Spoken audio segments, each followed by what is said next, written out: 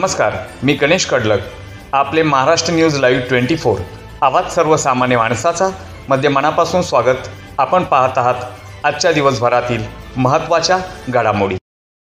माहिती अधिकार व पत्रकार संरक्षण समितीची सर्वसाधारण बैठक व नियुक्तीपत्र वितरणाचा कार्यक्रम शासकीय विश्रामगृहात पार पडला.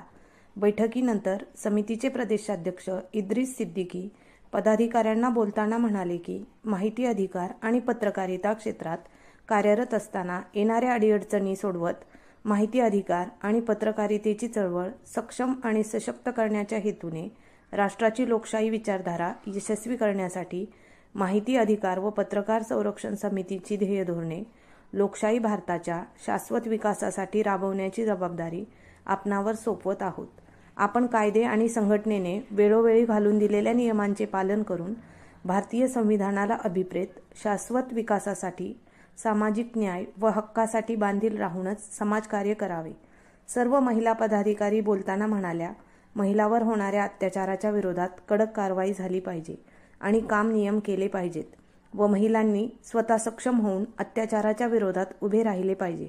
त्यासाठी आपली माहिती अधिकार व पत्रकार संरक्षण समिती सक्षम असल्याचेही सांगितले.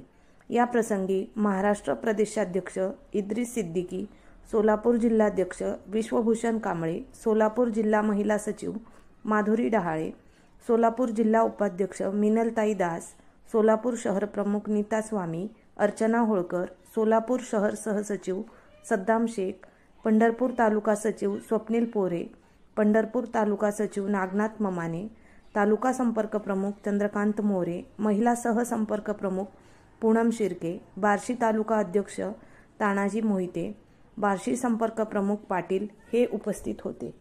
प्रतिनिधी मनोहर गोरगल्ले, महाराष्ट्र न्यूज लाईव्ह 24. धन्यवाद.